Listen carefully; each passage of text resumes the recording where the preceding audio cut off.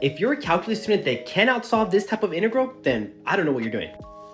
Guys, it's been like a week or a little more since I posted, and honestly, it's only because I've been extremely busy trying to finish and wrap up Book of Marvelous Integrals, and it's almost done. There's just some finishing touches that we got to do, and then there's people that are working on it, and I cannot wait to show you the book itself and just basically tell you the process of how it's going to lay out, and I'm just so excited. Oh my gosh, any calculus student that purchased and read Book of Integrals is going to enjoy Book of Marvelous Integrals. I cannot wait.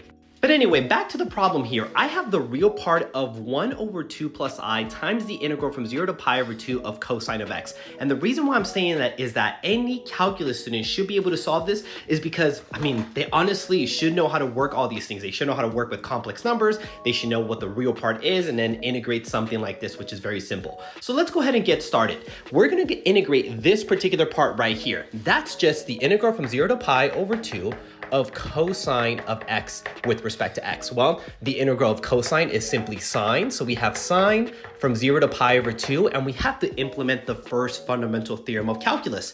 Let's go ahead and plug that in. We're gonna have sine of pi over 2 minus sine of 0. If you know your unit circle, you'll know that sine of pi over 2 is simply 1 minus sine of 0, which is just gonna be 0. So what we have right now is a real part of 1 over 2 plus I times 1. So just 1 over 2 plus I. Now, how do we solve or work with this complex number? Well, don't forget, this is just 1 over 2 plus I. It's a complex number on the bottom here. So we're gonna go ahead and multiply 2 minus I and 2 minus I on the top and the bottom, because that's what we call multiplying by the conjugate. On the top, what we're gonna end up getting is just 1 times 2 minus I. So 2 minus I over, and then down here, you're gonna FOIL this and you're gonna see that this will become 4 plus 1. If you have any questions on how to do that, let me know. Otherwise, calculus students, you should definitely know this. Okay, so moving on. Now we're gonna have the real part of 2 minus I over 5, and we can simplify this as the real part of 2 over 5 minus 1/5 I.